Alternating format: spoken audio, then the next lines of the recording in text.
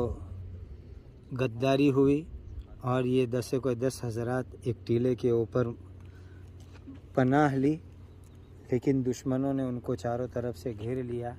7 हज़रात उसी मौके के ऊपर शहीद हो गए और बाकी 3 हज़रात उनके अमान के वादे के ऊपर नीचे उतर कर के आए। जैसे ही नीचे उतर कर के आए, दुश्मनों ने गद्दारी की और इनको कस के बांधना शुरू किया।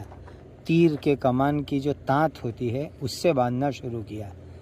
तो अमीर साहब हज़रत आसिम इब्न साबित फरमाने लगे कि ये तुम्हारी तरफ से पहली गद्दारी हुई, मैं तुम्हारे अमान में रहना नहीं चाहता हूँ। उन्होंने उनको घसीटा, खींचा, बिल आखिर शहीद कर दिया।